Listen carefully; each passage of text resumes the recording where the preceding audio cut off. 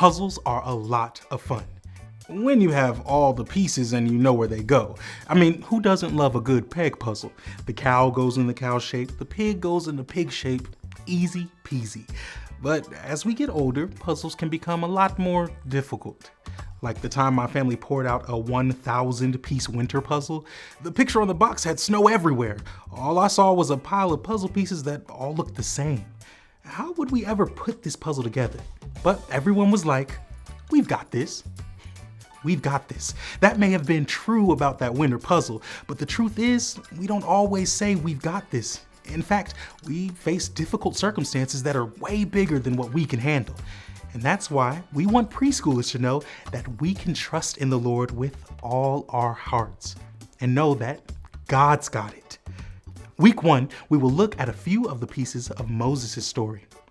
God gave Moses a really big job to do. This job was definitely one of those bigger than me kinds of jobs. It was so big, Moses was afraid he wouldn't be able to do it.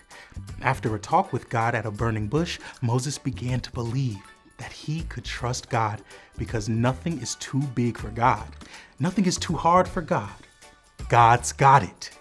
Week 2, we will find pieces to a place God called the land flowing with milk and honey. God loved the Israelites so much that he promised to lead them to a new home.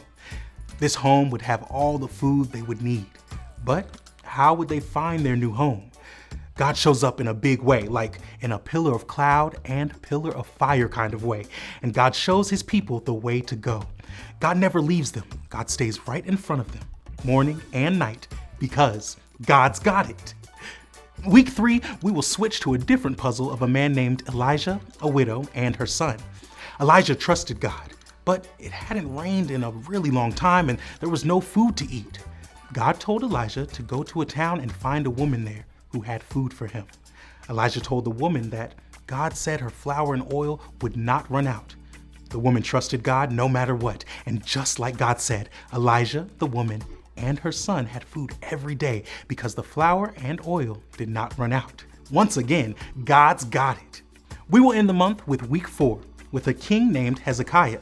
Hezekiah trusted God, so when King Hezekiah was worried about the safety of his city, he prayed and talked to God about it. When Hezekiah was very sick, he went straight to the one true God. Hezekiah knew he could talk to God about anything because God's got it. We don't have to have all the pieces or know where they all go. All we need to know is that God sees the big picture and God's got it. We hope you and your preschoolers have so much fun learning that we can trust God with the big things and the little things because God's got it.